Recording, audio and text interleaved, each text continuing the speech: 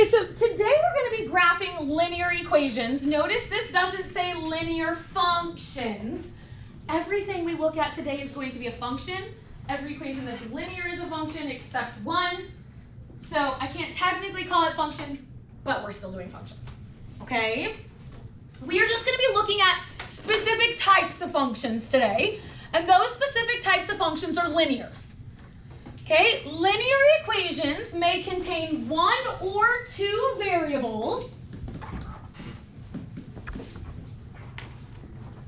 with no variable having an exponent other than 1.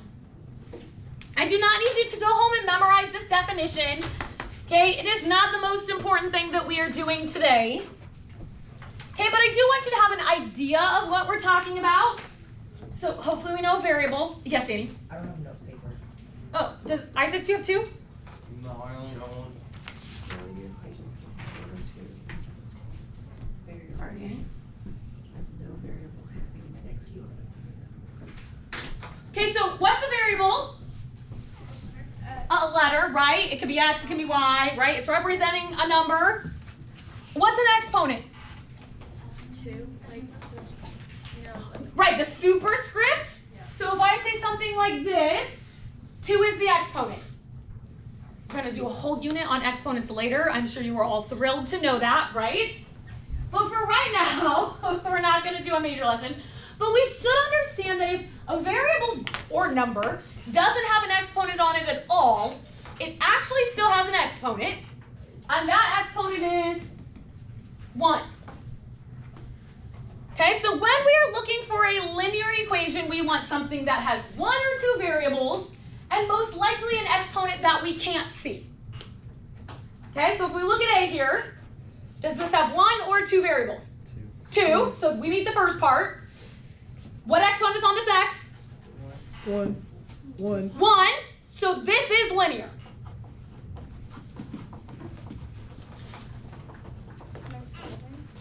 Nope, right now I just want to make sure you know what types of functions we're going to be graphing today. Okay, number 2, is number 2 linear? Yes. Does it have 1 or 2 variables? 2. Does it have an exponent other than 1? Yes. Yes. So is it linear? No. No, right? Because it can only have an exponent of 1. Mathematicians are super creative.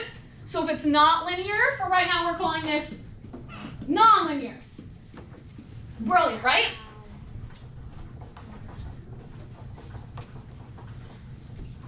How about C? What do we think? Non-linear. Does it have 1 or 2 variables? 1, which is okay. What exponent is on this X?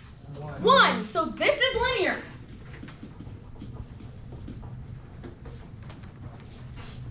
This is low-key confusing. How about D? yes. Yeah. No. Well, it has 2 exponents. Okay, so fractions are allowed. That's fine. Okay, it's just the exponents that we're checking. So like I said, I'm not going to give you problems on your test that have you decide if it's linear or nonlinear. Okay, that's not the deal. Okay, what I want you to recognize is that then these types of problems look like exactly what we've basically been dealing with, right? Okay, they are linear. Mathematicians are also super creative about this. Anybody have a guess as to why they might be called linear? When we graph them, what shape do we think they might make? A line. A line, right? It has the word line in it. Okay, so linear equations, when we graph them, make a line. Super creative. All right, so our job today is going to be to graph linear equations or linear functions, right? We're taking linear functions and we are graphing them. Now, we have said that we can represent functions in multiple different formats. What are our options that we've talked about so far? How can we represent functions? Parentheses. Okay, I'll give you one example. A mapping, a table, a graph. The 2 oval things. That's the mapping. There's one more. Grouping. What do you mean by grouping? Like With the parentheses. Yeah, what are parentheses called? Braces. No. When we have two things in parentheses, what's that? What's the official name of that? Braces. Parentheses. A pair. An ordered pair. That was sort of a combination there, right? So we have ordered pairs, table, graph, mapping. We're going to use all of those today except the mapping. Okay? So we're going to today be given a function rule. This is a function rule, right? What is a function rule? What is it?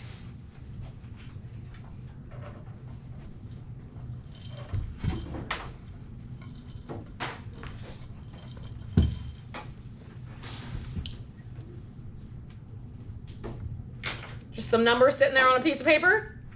No. What is that? So like our flower example. Remember when we had the example that was like y equals, I don't know, 4x plus 12 or something? It goes up like 3. And we were saying that it was so much per flower plus the additional cost of the vase. Okay. Right? It is representing all of the possible situations or outcomes that can happen in one teeny tiny little equation. Okay? So Bailey, what's your favorite number? 7. So could Bailey plug 7 in for x on this?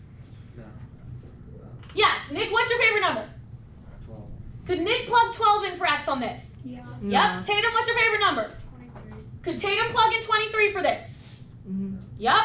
Maddie Polly, what's your favorite number? 53. Oh, geez. Could Maddie plug in 52? Yes. Mm-hmm. Yep. How many people could I ask to plug in their favorite number? All of them. Everyone, right? And how many possible input and output combinations would I get? Infinite.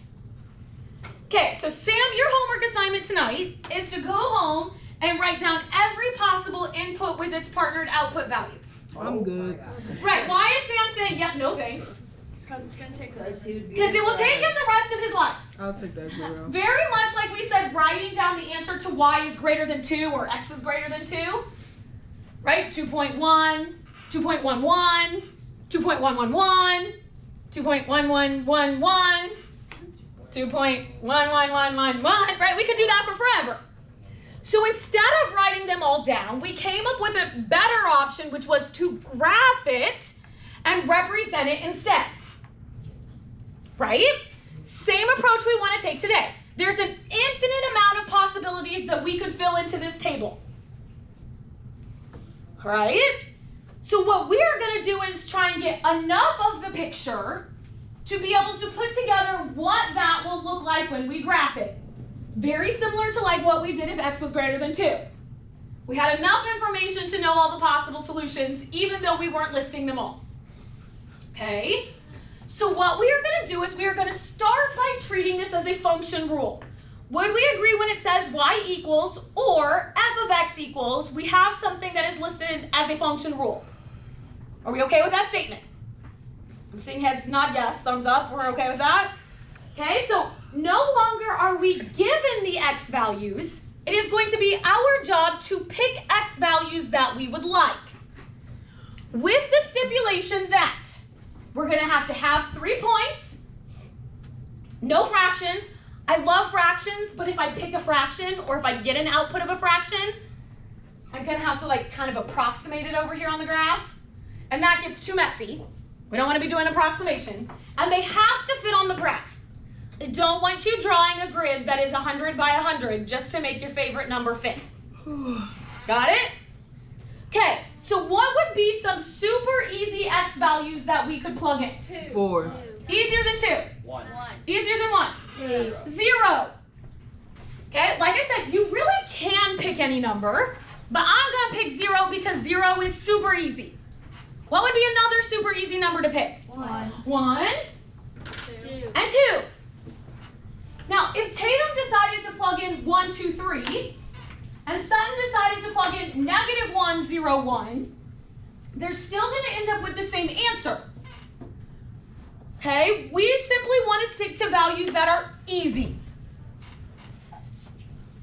Then just like the quiz did. Right? Now we're going to take these values and plug them in for x. Right? We have various input values. So instead of saying 3 times x, I'm going to say 3 times 0. 0. -4. Right? And whether you can do it in your head or whether you want to type it into your calculator, I don't care. We should all agree on an output of -4.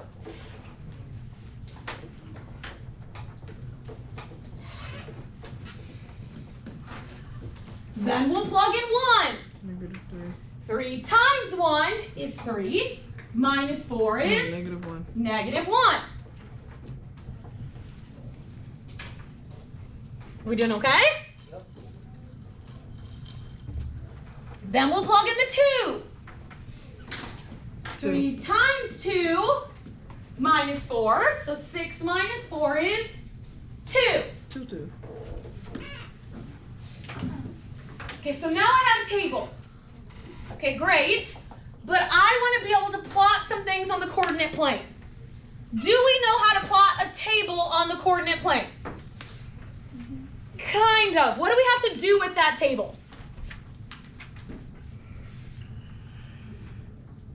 What do we know how to plot on the coordinate plane? Ordered pairs. And how do we get ordered pairs from a table? I hear some of you whispering it. Just add a comma, right? This is just 0, -4, right? Don't overthink it. And this is just the point 1, -1. And that's the point 2, 2. Okay, so now I want you to plot all 3 of those points on your coordinate plane. I'm going to plot at the same time.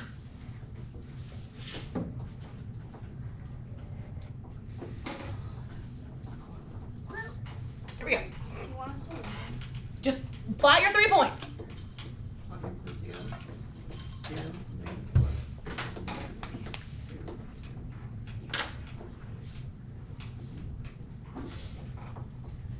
Okay, so here's the questions. Here's where we get tough.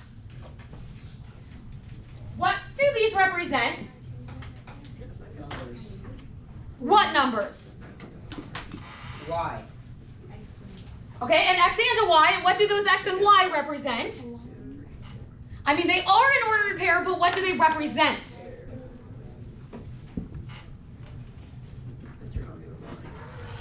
What about the function? So we know they're an x and y. We know we can put them in an ordered pair. We know it has something to do with a function. Let's see if we can kind of get all those concepts into one thing. All those ideas all together into one sort of sentence.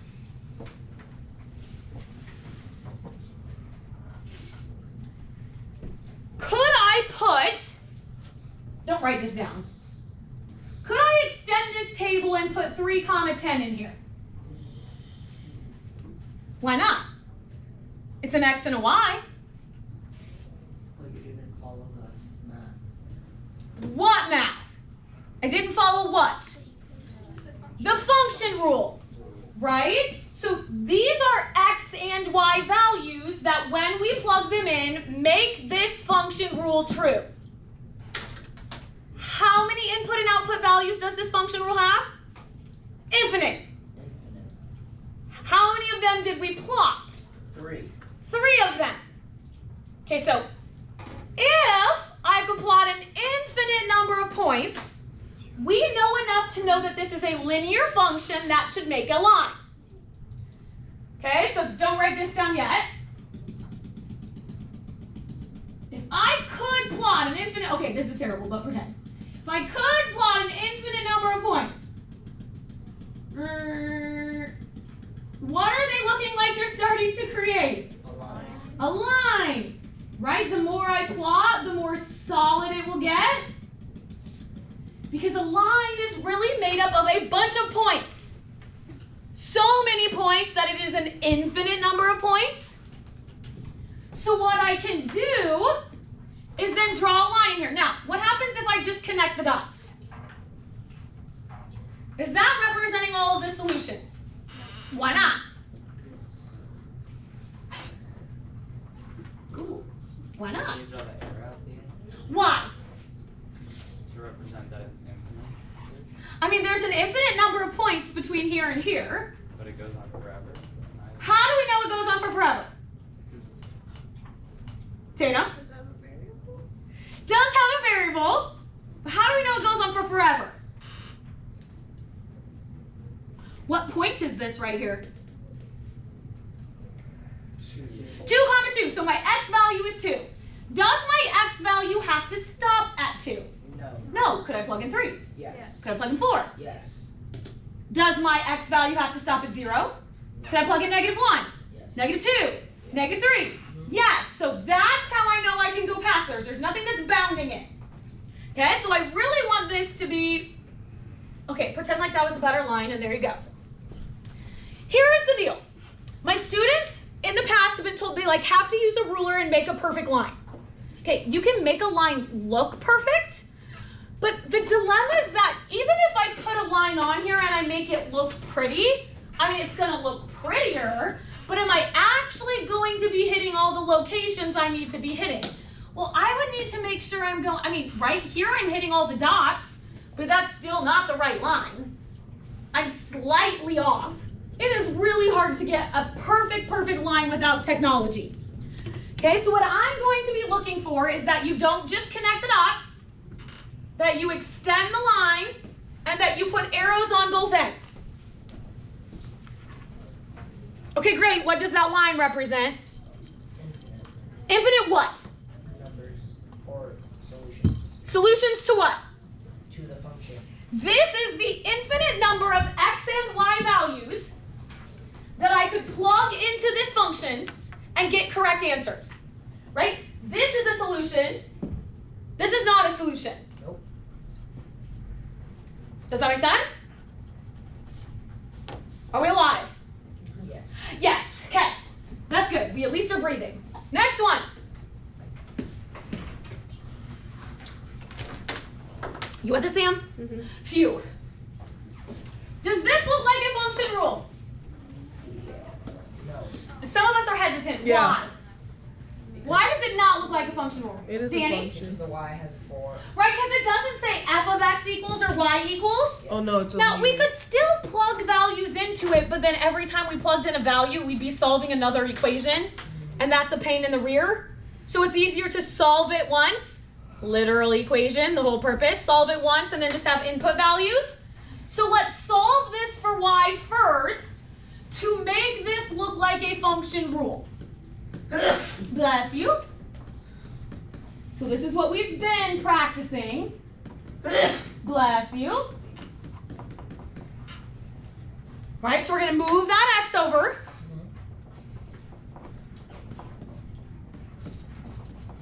And we're going to divide by 2.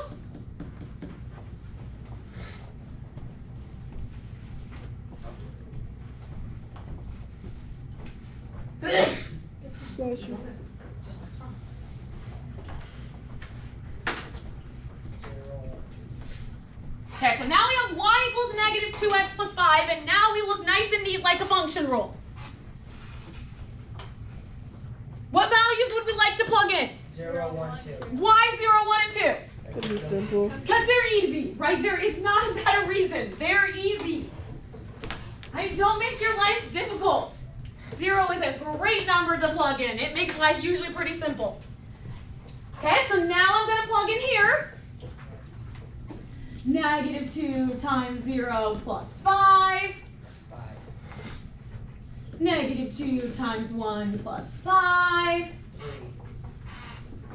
3. Negative 2 times 2 plus 5. 1.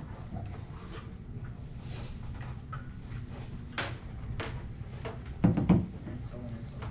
What do those values represent?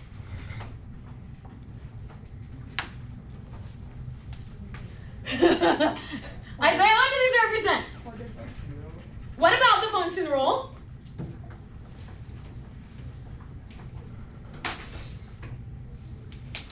They are x and y values that do what? Order pairs. I mean, they are ordered pairs, but what do they do? Make the function True. true. Okay, plug this into the original function. Oh no. 4 times 0 is 0, plus 2 times 5 is 10. What's 0 plus 10? 10. It makes it true. We just put it in a nicer way to find those input and output values. Okay, so now we're going to plot these 3 points. So let's plot 0, 5, 1, 3, 2, 1. Guys, I have you plot 3 points because if it doesn't end up looking like a line, you did something wrong. 2 points will always look like a line. It's kind of hard to find a mistake when 2 points always look like a line. So that's why we have you do 3. What do these points represent? What about the function?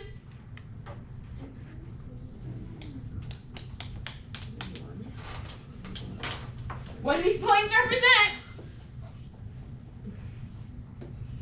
The x and y values that It makes a negative slope. make the function true. What does this line represent? Oh, geez, that was a bad line. What does this line represent? The infinite number of x and y values that make the function rule true. We're starting to get the idea? Okay, flip the page, solve the next one for y on your own.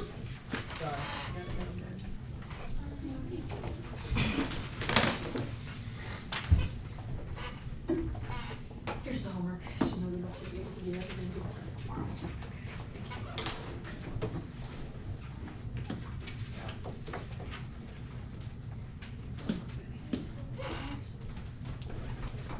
What did we do to solve this for y? What are you all writing on your papers right now? Divided by -4, Just -4. Why don't we need to move the 8? Because it's already on the other side. Excellent. So we're just going to divide by the -4.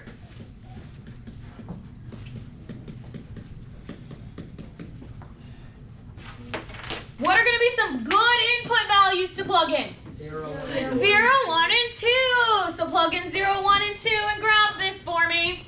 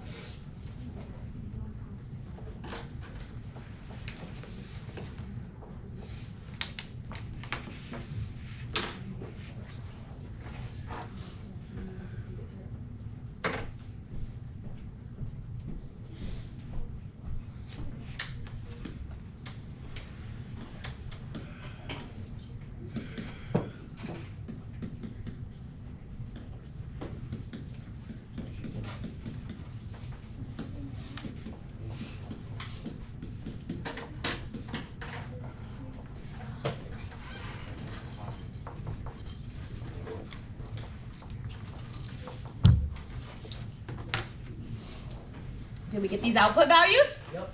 Okay, and so we graph those.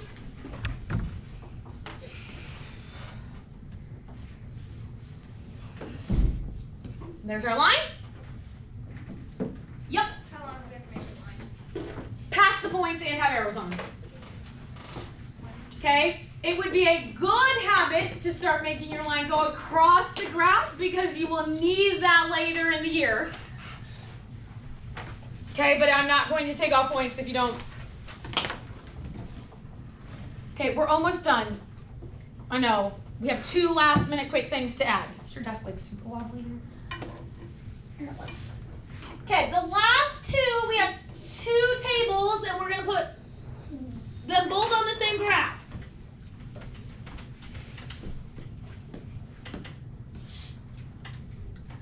Oh geez, I don't know why this is all formatted wonky. Okay, y equals 3. What are easy input values to pick? 0, 1, and 2. 0, 1, and 2. What do we get as output values? Well, there's a dilemma. Right, 3 times, huh? Right, that's what I heard you all do. What does this tell me y has to be? 3. So do I get a choice? Nope. So what does y have to be? 3. 3. So 0, comma 3. 1, comma 3. 2, comma 3. When the equation does not have an x in it, when it is only a y, it will always give you a horizontal line. I forget like what the word's called when it's like straight, like this is straight line. Well, they're all straight. I mean, this is horizontal, this one's vertical. Like, isn't it called something when it's like just straight like that? I mean, it's horizontal. Oh yeah, but like.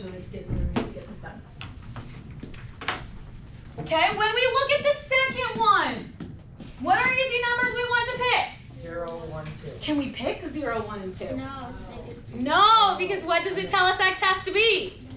Negative. -3. We don't get any other choice. So is this a function? No, because the x value is repeating. But what does y get to be? 0, 1. Anything it wants to be. Oh my gosh. I just realized that was an exercise.